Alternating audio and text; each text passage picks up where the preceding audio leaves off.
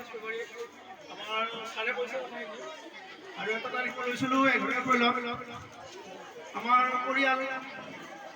5জন তাৰ ডাঙৰ ডাঙৰ থাকে বয় থাকে আৰু বয় অৰিফাইনেট নাম কৰে তাত থাকে আৰু সৰু ল'ৰাটো গোৱালপাৰাত বি এড কৰি আছে বৰ্তমান পৰিৱেশটো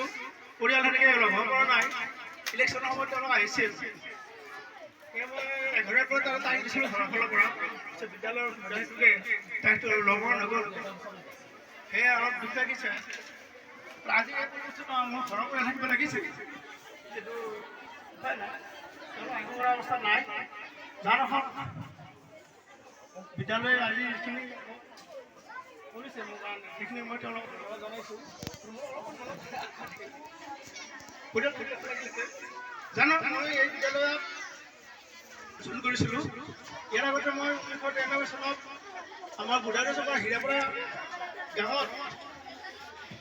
যোগেশ্ৰী হেমা নামে এখন বিদ্যালয় প্ৰতিষ্ঠা হৈছিলে তাত কেইজনমান ব্যক্তি এজনে আমাৰ শৰীৰ ৰহমান শিক্ষক আছিল তেওঁ সৈয়দ বুজুব আলী প্ৰয়াত যতীন দাস প্ৰয়াত সমাধান পাঠক এনে কেইবাজনো ব্যক্তি লগ হৈ আমাৰ ঘৰলৈ আহিছিল হীৰাপৰা এখন স্কুল এম.ই. স্কুল প্ৰতিষ্ঠা কৰে তেওঁলোকে তাত সেই অঞ্চলত তেতিয়া সেই সময়ত গ্ৰেজুৱেশ্যন লোৱা নাছিল ব্যক্তি সেইকাৰণে আমাৰ ঘৰলৈ আহিছিল আমাৰ দেউতা শিক্ষক আছিলে আহি বিদ্যালয়খন পাতি মোক মানে সুবিধা দিব বিচাৰিছিল আৰু সেই মৰ্মে তেওঁলোকৰ আহ্বান মৰ্মে সেই বিদ্যালয়ৰ প্ৰধান শিক্ষক হিচাপে 28 বছৰ মানে বেতনবিহীনভাৱে কাম কৰিছিলোঁ 1993 চনৰ পৰা 21 চনৰ 5 ফেব্ৰুৱাৰী তেতিয়ালৈকে মই কৰ্মৰত আছিলোঁ এটকা দৰমহা নোপোৱাকৈ তাত খাটিছিলোঁ 28 বছৰ কাল মোৰ দেউতা শিক্ষক আছিল ঘৰৰ পৰিৱেশটো সিমান বেয়া নাছিল কাৰণে চলিব পাৰিছিলোঁ তাৰপিছতে 21 চনৰ 6 ফেব্ৰুৱাৰীত আমাৰ স্কুল মানে ৰিচাৰ্জ হ'ল থাকিলোঁ 2 বছৰ এনেকৈ থাকি ল'ৰা ছোৱালী যেতিয়া কমি আহিল বিদ্যালয়ত তেতিয়া আমাৰ বিদ্যালয়বিলাক এনোভেশ্যন কৰাৰ কাৰণে প্ৰস্তাৱ কৰিলে চৰকাৰে সেইমৰ্মে মই আমাক দুইবাৰে মাতি নি মোক কৈছিলে যে আপোনাক বৰপথাৰ এম.ই. স্কুলত এডজাষ্ট কৰা হ'ল আমাৰ যোগেশ্বৰীখন বৰপথাৰ এম.ই. স্কুলত এডজাষ্ট কৰা হ'ল বুলি মোক কৰিছিলে তেতিয়া বোলো মই বাইদেউ মই ইচ্ছা কৰি এখন স্কুল যাব পাৰোঁ নেকি কাৰণ সেইখন স্কুল দেউতাৰ প্ৰতিষ্ঠা কৰাৰ লগত জড়িত আছিলে আৰু সেইখন স্কুলত মোৰ মানে খুব এটা আন্তৰিকতা আছে তাত গ'লে মোৰ চোৱাৰ সুবিধাও হয়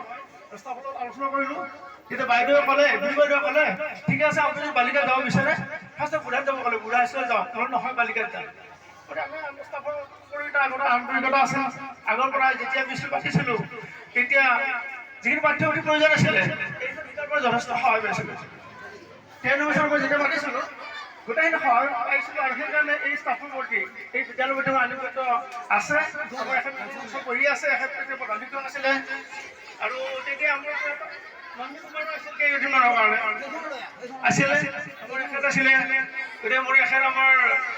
এটা ঘৰৰ মোৰ আত্মীয়তা আছিলে সেইফালৰ পৰা মই বিদ্যালয়খন সঁচাকৈ মই ভাল পাইছিলোঁ অকল মানুহবিলাকে নহয় আৰু বিদ্যালয়ৰ পৰিৱেশ গোটেইখিনি কথা কৈ ভাল পাওঁ মই এইখন বিদ্যালয়ত আমি গোটেই ষ্টাফে আলোচনা কৰি আমি যোগদান কৰিছিলোঁ 22 চনৰ 2 তাৰিখে